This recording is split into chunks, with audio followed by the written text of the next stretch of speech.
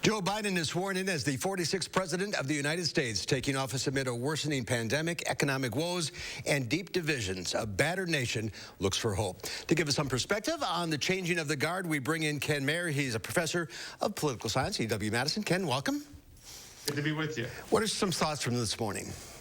Well, what this demonstrates, I think, is the importance of these civic rituals, that this signifies the transition of power to a new president, and the circumstances of this transition is one that nobody alive has ever experienced before with the events of January 6th. And I think a lot of the purpose and the intention, I think, with President Biden's speech recognizes that this is a fraught and divided moment, and it's a pretty tall order to try to unify the country, and you, I think, saw a lot of that intention reflected in his speech.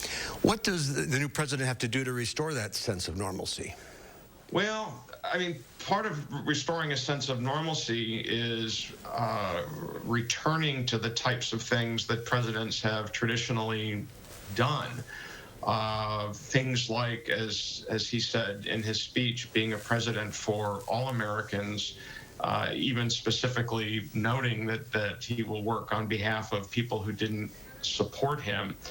I think a lot of things that we had come to sort of take for granted about how presidents behave, these were norms that President Trump was just not really interested in adhering to, and that's one of the reasons why his supporters liked him.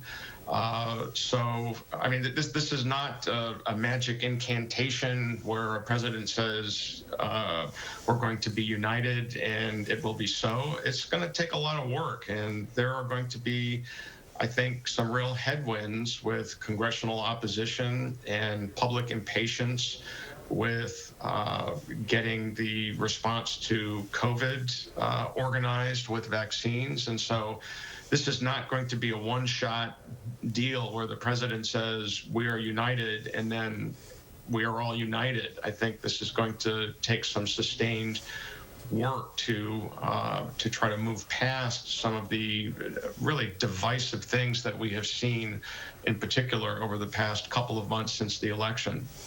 A lot of work for the new president, that's for sure. Ken, thanks for being with us today. Take care.